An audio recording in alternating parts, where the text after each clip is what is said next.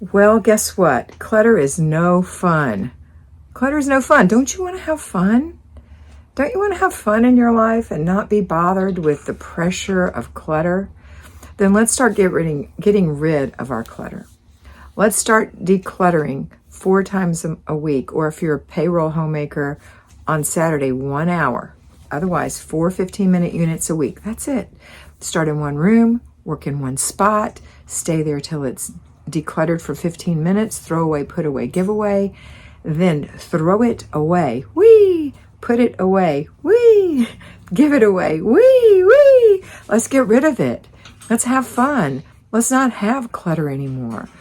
Clutter is stuff we don't love, need, use, want. That's what it is. And it can be sentimental clutter. We don't need it, love it, use it, or want it. It might be sentimental because we make it sentimental, but it's not. It's just clutter.